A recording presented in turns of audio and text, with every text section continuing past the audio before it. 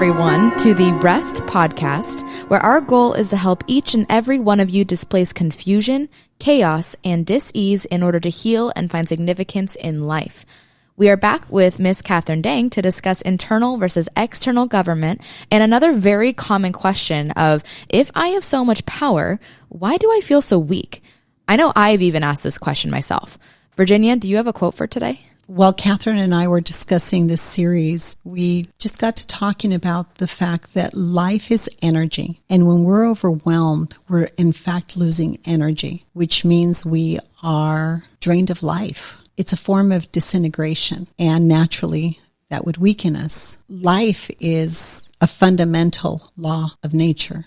Everything that sustains life is not optional. It's essential. And we don't always make that connection with choices and decisions and whatnot.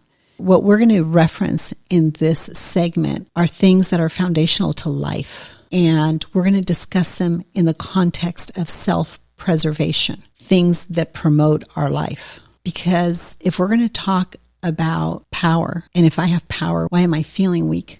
We need to understand the things that give us the energy that sustain our life. And so I've asked Katherine to discuss this concept of self-preservation and the things that promote life. We are weakened when exhausted by the frustrations of not being able to satisfy our deepest hungers. Let's face it. Yeah. When we have concepts, ideas, hope, dreams, passions, and things that we just know we were made for, and somehow we can't access the resources and we don't have the capacity to fulfill those things, it's because something is not nourishing us. Something is draining our life force, our energy.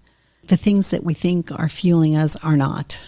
They're destructive. In an attempt to satisfy these hungers, we inadvertently use things that drain us, and we don't understand them. And we've talked about this significance where we are all about reasoning, the significance and finding significance in reasoning so we can unwrap these things that cause us confusion, chaos, and dis-ease quickly without having to go see a therapist or a doctor because we're not well or we're not sleeping. I find that what drains us is that our methods are generally unlawful. And we talked about that in the last segments. They're things that ultimately violate our conscience or violate the highest calling of our conscience or violate us in ways that we know what we're doing is not productive, but we keep doing them. Well, these things drain us of a life force. They're destructive and they drain us fundamentally of energy, which is draining us of life. And that's why we're not feeling well. That's why we're in states of dis-ease. And I was wondering if you could please elaborate on these. I know they're big themes, but I've heard you speak in powerful ways to this. This idea of being overwhelmed and the battle that exhausts us, the conflict that we continue to live with within ourselves. There's no peace. And we have emotional exhaustion. We have spiritual draining of life. The will to live is challenged. Again, we're dealing with a soul that is not well, that's not nourished, that relies upon the body to carry it or to nourish it with material, physical activity. But this introspection, self-examination, looking into our own minds, our own affections, and our own violations of what is lawful or what promotes our own life. Because our body and our life, our soul and body are our properties that belong to us. And so it's maintenance. They are created in us for us to enjoy and to nourish and feed and strengthen it. Can I ask you a question? Sure. In your estimation or in your observation, what is the fundamental conflict that people have that drains them of their life force? Good question. Well, my observation, having dealt with families of all kinds for over 50 years, families and individuals, single, married, grandparents, is that they want it both ways. They want to have liberty, but they also want their license. They want lawful and unlawful to kind of live together, and one cancels the other out. What do you mean by that, lawful and unlawful? They want it both ways, meaning for instance, let me give an example. We have an 18-year-old living with his parents. He wants to be able to go and come as he pleases, eat when he wants, go to the refrigerator, watch television, sleep as late as he wants. He wants his independence, but he can't live and support himself yet. It's not his house. It's not his food. He has no property but maybe the clothes on his back or shoes that he can buy for himself. He can go to a movie, but he cannot rent an apartment, get a job, and support himself. So he wants his liberty, but really licensed to do what he wants to do, and yet he wants to be free from the control or the responsibility of at home to his parents, right? It's their house. He treats it as if it is his. So they want it both ways. They want their independence and dependence at the same time. I do what I want, and you just cover me. Yeah, and it's not real. It's kind of like the easy way out. Right. Yeah. Right. And it's not realistic. No, it's not realistic. Go a little bit further. You can be in your 20s and 30s, 40s, 50s, whatever, and you want lawful and unlawful together. Well, I think it explains what's happening with the generation in the workforce, because they're being conditioned in the home to have trained. They're being trained in an unlawful way in the home, and it does not play out well in the workforce. And there's a paralysis, there's a conflict, there's almost... Right, it's like you want tyranny and you want freedom. You can't have it both ways. Do you think that's a reason why there's still, like, I mean, I understand too, living in Southern California alone is very difficult financially to provide for yourself. You can't do it on minimum wage if you're going to have your own house and things. But do you think that that really plays into these late 20, 30, 40-year-olds still living with their parents? Well, it's a matter of training. It starts at birth. It doesn't start at 20. Well, yeah. So if you give them the capacity to own themselves, to be independent from age 2 forward, if you will, when they can talk and walk, then they can go anywhere and be anything because they have the qualities and the exercise of habits of will to work or to support themselves without dependency. Right. The things that drain us is when we do not understand these fundamental principles of individual self-government. Liberty doesn't come from fighting for it. It grows into you. You grow liberty from the inside out. And it's a birthright. It's woven into... Yes, it is. All right. We have everything in us to enable us if we would, in a sense, be willing to learn how to be free. It's a fundamental hunger, isn't it, for liberty? All of us. Well, that's the goal of R.E.S.T, is freedom. That's right. But internal as well as external. And you can't experience that level of freedom if you do not understand the principles of individual self-government, which help you govern, secure, manage your liberty. Self-government is the basis for liberty or for freedom. So going back to this idea of why are we so tired or why are we drained and exhausted? Because we want to hold both of them together and they don't fit together. And we're living split lives, in a sense, trying to maintain both. And they're at war with each other inside ourselves. So it's a warfare. I think of how women long to be cherished and men long to be respected. Yeah. Address that conflict in the context of things that drain the life out of relationships.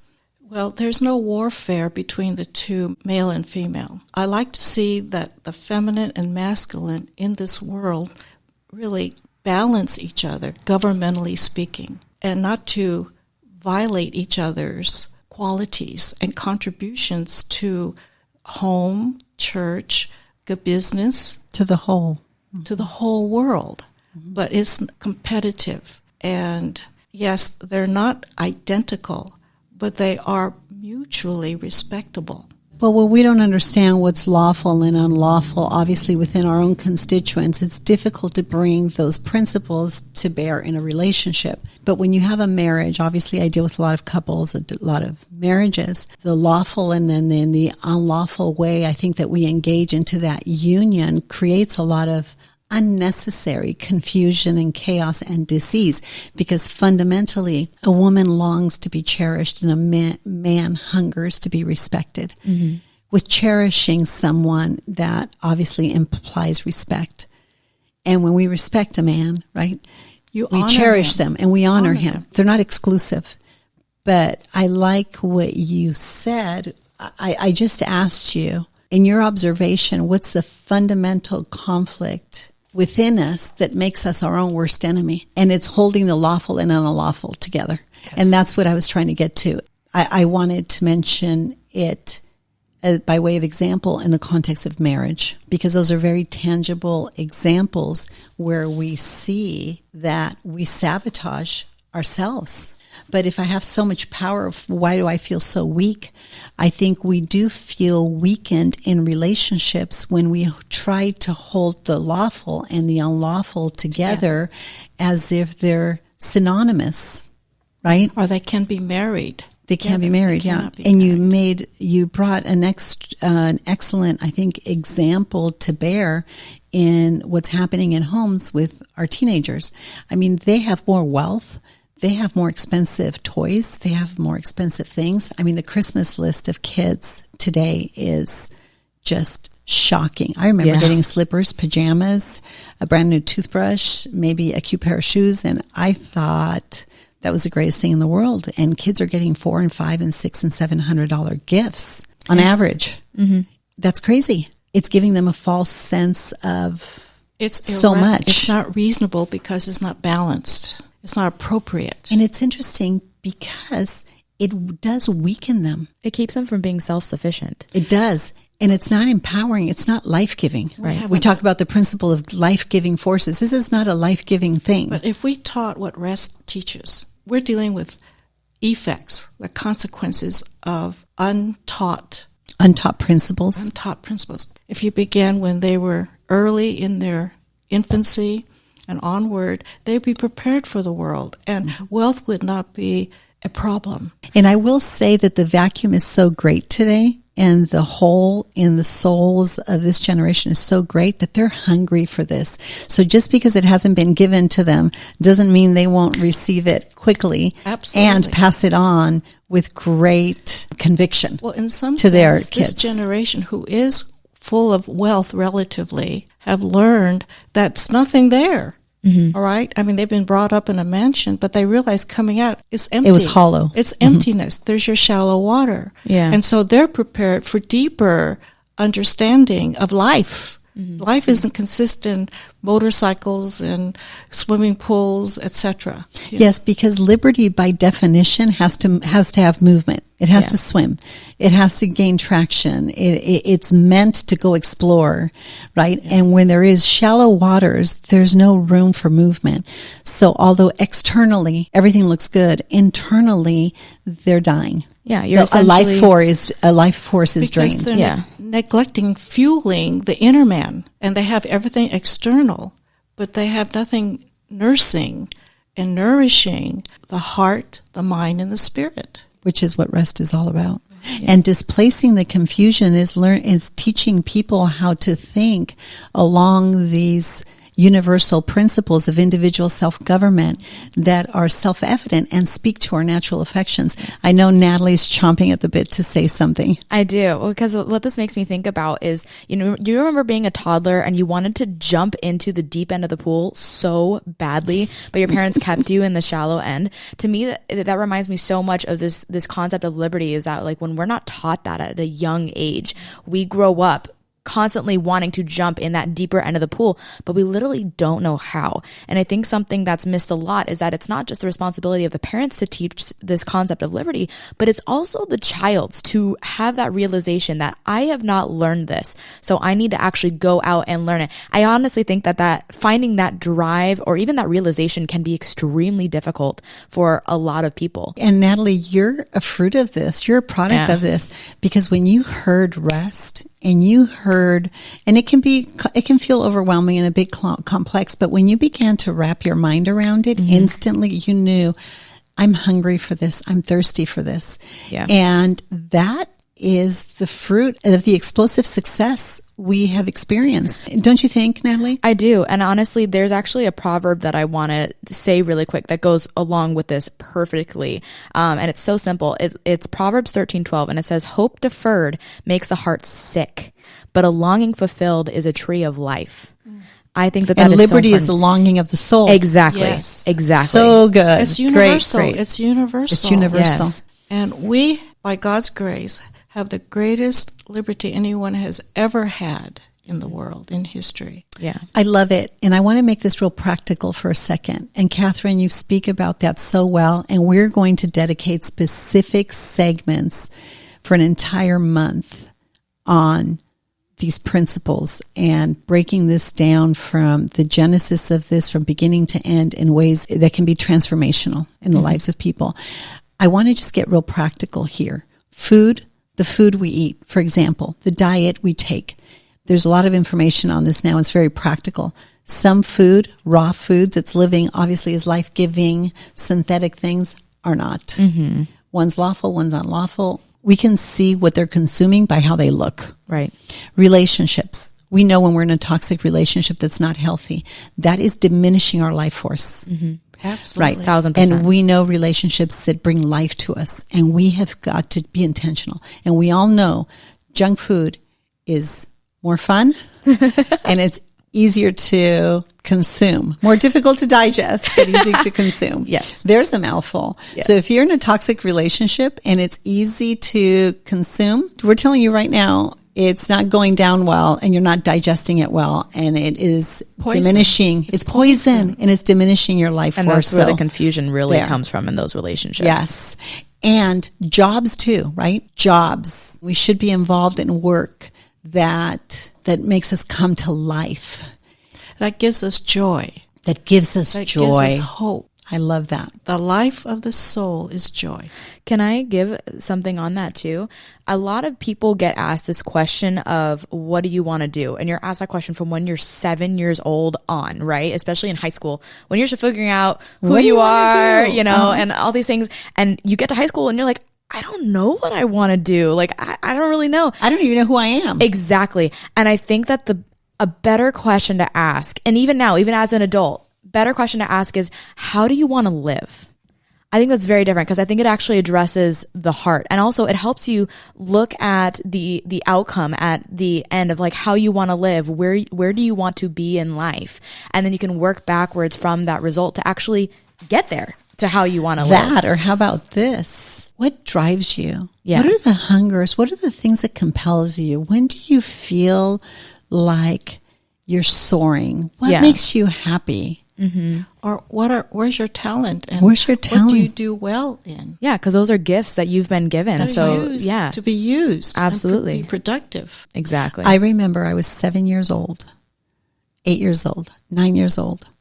My uncle was a producer, and I grew up around academics and the arts, and my grandmother was a woman of deep faith. But I'll never forget when I picked up my uncle's camera. I knew I saw the world different through a lens. I am a lens person. And I'll never forget asking my dad for a 35 millimeter camera when I was 9 years old. And he patted me on the head and he said, "Oh, honey, it's too much for you. It's too much camera for you. You won't know what to do with it." And it wasn't until I was married at 22, and for our very first Christmas, Ray gave me a Canon A1. Wow. And the rest is history. Right? Yeah. It was the catalyst for R.E.S.T. was that camera. I saw things clearly through the lens of a camera. And it was Joey O'Connor, a really good friend of mine, who looked at my body of work and said, "You know what you do? In stillness and simplicity, you capture the heart of things, of people. There's something intrinsic in your work that is divine." And it was the president of Hallmark, believe it or not. I never told you You the never story. told me this. That saw my body of work at the New York trade show, at the gift and stationery trade show, who passed my booth and asked me what I did for a living. And I said, "Well, I'm a photographer." He said, "You don't say." He says, "Well, what did you do before you did photography?" I said, "Nothing. I just pick up my camera. I'm a photographer." I didn't want to tell him my whole story. Yeah. And he said, "No, what's your formal education in? What's your formal training in?" And I said, "Clinical psychology." And I'll never forget, he crossed his arms and he said, "I thought so." He said, "Your pictures are living. They make me feel something profound." Yeah. And he said, "Don't lose sight of that." And of course, again, the rest is history. He was the president of Hallmark. That's amazing.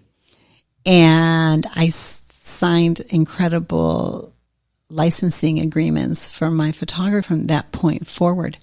But the thread of always was the deepest hunger of my soul, was that in stillness and simplicity, I was able to see something intrinsic beyond what the eye could see and weave it together in the mind, the heart, the soul, not just of people, but of conversations of significant consequence, both in the academic, political, and healing spheres of influence. And that's, in fact, where my life would take me. So it's really interesting, this thing of helping people identify the hunger that compels them and to identify the things that hinder that from having its full expression is at the core of R.E.S.T. Yeah. It's why we do what we do. R.E.S.T, do you have any history of R.E.S.T? Yes, I can see. It's a history of R.E.S.T. That's how R.E.S.T came about. It is. Yeah. And someone else that I think is in the middle of all of this right now is actually Jane. Jane's in the middle of all of this. In that whole Jane is journey. in the middle of this. And Yes. for those of you that do not know, Yeah, she is on America's Got Talent right now. yes, she is. It's crazy. It's amazing. And her story is on the How We Love segment. yes, it is. Yeah, it's amazing. But yes, and by the way, it's not just my story and her story. I love what Katherine said. It's all of our story. It's our individual story. And Natalie, I'm sitting here looking at you, and I always want to say, I just want to shrink you and put you in my pocket and have you with me all the time because you're just so cute. But I do. I love Natalie. And every time we get together, we've had our most productive meetings in a car driving. Every time. We keep saying we got to get out of the office, right? Because amazing things happen when we're at the office. But I just think of your gifting, your background, and where you're at and how God brought you into our life. And now, as a result of your gifts and your talents, thousands and thousands of people are able to hear what we're about and what we do. And it's your beautiful heart, your tender heart, your convictions, your hunger. You've listened to these hungers of your soul, and you've not been afraid to pursue them. Oh yeah, and it's been definitely intimidating because there's been a lot of growth in my capacity as time has gone on since last year, including taking on this podcast, but it's been very fulfilling and rewarding in that, and just even the growth just in myself as it is, and that growing of that capacity. I know that there's a lot more faith there, that I'm able to take on a lot more than I think. So even just having like that blind faith and that blind courage moving forward, knowing that I'm going to continue growing, it's been incredible. I'm very blessed to be here with you guys. I love you. We can't imagine you not being here. Thank you. Katherine, what you shared was so profoundly important. Holding on to what's lawful and unlawful, right? And trying to live with those two things as if they not letting go of either. You have two masters, and you can't serve two masters, and you have to choose life or death, life or destruction. Reasoning is just simply one thing, knowing the difference between what is good and what is evil. Good is what gives life. Evil is what destroys life. That's simple. That's simple. Everybody, that's a great takeaway. That's our action step. Make decisions that will promote and sustain your life.